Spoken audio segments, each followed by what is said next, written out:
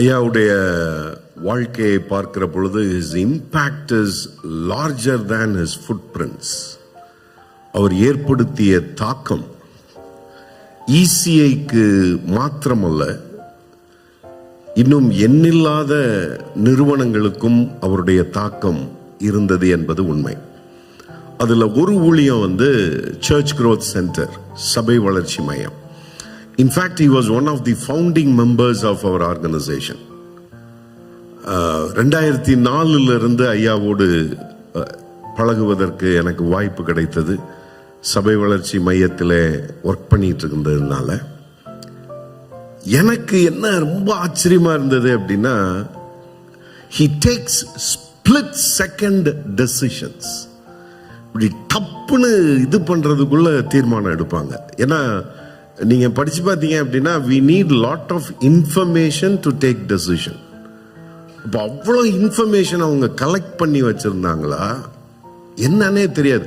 First time நான் meet பண்ணப்ப நானும் எங்க அந்நேரம் டைரக்டரா இருந்த ரெவரண்ட் வசந்த்ராஜ் ஆல்பர்ட்டும் போயிருந்தோம். 2005 ஐயா ETTCன்னு ஒரு பெரிய கேதரிங்காக பிளான் பண்ணிட்டு இருந்தாங்க.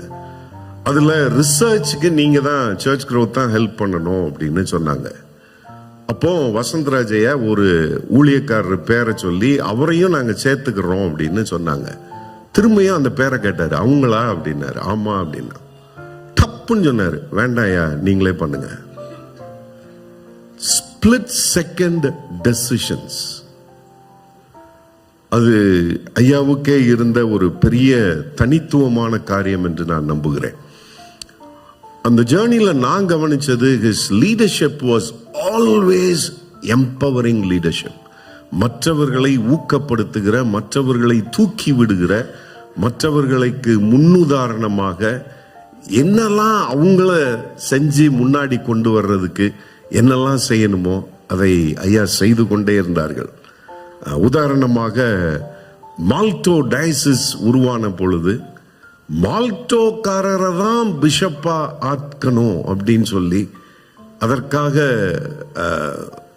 கடுமையாக முயற்சித்து ஒரு மால்டோ நபரையே அங்கே பிஷப்பாக மாற்றினார்கள்.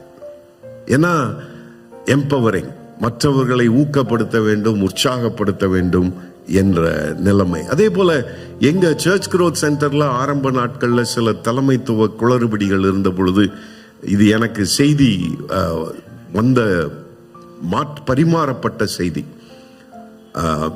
எமில் அண்ணனும் எமில் அங்கிளும் டாக்டர் எமில் ஜெபசிங்கும் பிஷப் ஐயாவும் சேர்ந்து தான் அதனுடைய பிரச்சனைகள் எல்லாவற்றையும் தீர்த்து சுமூகமாக எங்களுடைய ஊழியத்தை ரன் பண்ணுவதற்கு உதவி செய்தார்கள். Again the character of empowering in is nature.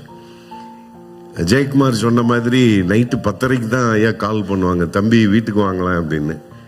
என்கிட்ட ஒரு தடவை சொன்னது, 10:30 மேலதான் என் மூளை வேகமா வேலை செய்யும், அதனால கொஞ்சம் வாங்கலாம் அப்படின்னாங்க. ஸோ அதனால போய் ஒர்க் பண்ணுவோம். ஒர்க் பண்ணிட்டு ஒவ்வொரு தடவை மினிட்ஸ்ல பேர் எழுதுறப்போ எல்லாருக்கும் ரெவரண்ட் இருக்கும். என் பேருக்கு நேரம் மிஸ்டர் வாட்சன்னு போட்டிருப்பேன். ETTC முடிஞ்ச உடனே, என்ன தம்பி உங்க தலையில யாரும் கை வைக்கலையா அப்படின்னாங்க. எனக்கு புரியலையே யாருன்னு. இல்லை ஆர்டினேஷன் வாங்கலையான்னாங்க. இல்லையா, இல்லை நான் பெருசா ஈடுபாடு இல்லையா அப்படின்னு. இல்லை, உங்க கான்ட்ரிபியூஷன் எங்க ECI சர்ச்சுக்கு வேணும், அதனால ECIல இருந்து உங்களுக்கு நாங்க ஆர்டினேஷன் தரோம் அப்படின்னாங்க. ஆனா நீங்க ரெகுலரா பரீட்சைலாம் எழுதணும் அப்படின்னு சொல்லி பரீட்சைலாம் எழுதி கதிரொலி அக்காவுடைய ஆர்டினேஷன் அப்போதான் எங்களுக்கும் ஃபுல் ஆர்டினேஷன் கொடுத்தாங்க. அதுலயும் பாத்தீங்க அப்படின்னா ஒரு எம்பவரிங், மற்றவர்களை ஊக்கப்படுத்த வேண்டும், உதவி செய்ய வேண்டும் என்கிற அந்த கரிசனையை நான் அவர்களுடைய வாழ்க்கையில கற்றுக்கொள்ளுகிறேன். மூன்றாவதாக, இன்னும் சீக்கிரமா சொல்லி முடிச்சிடறேன், always he thought big. Always he thought big. இன்னைக்கு காலையில தான் எங்க திருவிகான சர்ச் பாஸ்டர் சுவிசேஷம் ஐயா சொல்லிட்டு இருந்தாரு, ஆலமரத்தை கொண்டு போய் ஹோப் சிட்டில நட்டு வைக்கணும் பாருங்க, ஒரு 30 அடி ஆலமரமா இருந்தா பாருங்க அப்படின்னு. ஆலமரத்தை கொண்டு எல்லாமே பெருசா தான் ஐயா யோசிப்பாங்க. ETTC எப்பயும் அப்படிதான், ஒரு 15,000 பேரை கூட்டணும் தம்பி அப்படின்னாங்க. நாங்க எல்லாம் முழிச்சிட்டு 15,000 பேருக்கு எங்க தங்க வைக்கிறது, எங்க சாப்பாடு போடுறது அப்படின்னா அதெல்லாம் உங்க பிரச்சனை, 15,000 பேர் வரணும் ஆனா அப்படின்னு he always had a big visions. அதனால அவ்வளவு பெரிதாக, அவ்வளவு பெரிய தரிசனத்தை நமக்கு முன்பாக வைத்து சென்றிருக்கிறார்கள். கர்த்தருடைய கிருபையினால நிறைய பிஷப் கூட நான் பழகி இருக்கிறேன், CSI பிஷப்ஸ், CNI, மெத்தடிஸ்ட். ஆனால் பேராயர் எஸ்ராயாவை பொறுத்த வரைக்கும் ரொம்ப க்ளோஸ்டு செட்டிங்ஸ்ல கூட கவனிச்சிருக்கிறேன். சிலிய கூட்டமாக ஜெபிக்கிற பொழுதெல்லாம் அவர்களுடைய ஜெபத்திலே கடைசியாக அவர்கள் பயன்படுத்திய அந்த வார்த்தைகள், ஐயா இயேசுவை காண வேண்டும் என்ற குரல் இந்தியாவின் எல்லையெங்கிலும் வந்து கொண்டே இருக்கிறதே, அதைக்காக நாங்கள் என்ன செய்ய வேண்டுமோ அதை செய்ய வேண்டுமே அப்படின்னு சில நேரங்களில் பார்த்திருக்கிறேன். அந்த ஜெபத்தை ஏதோ அந்த A+B² ஃபார்முலா மாதிரிலாம் சொல்லலை. He meant it. அவர்களுடைய கண்களிலே கண்கள் குளமாகி அந்த வார்த்தைகளை சொல்லி ஜெபித்திருக்கிற தருணங்களை நான் மிக அருகில் இருந்து கண்டிருக்கிறேன்.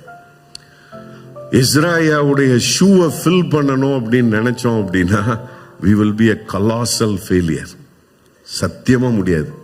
But the only thing we can do is, as a ECI family and all the collaborative missions, we can walk on his footsteps and achieve his vision.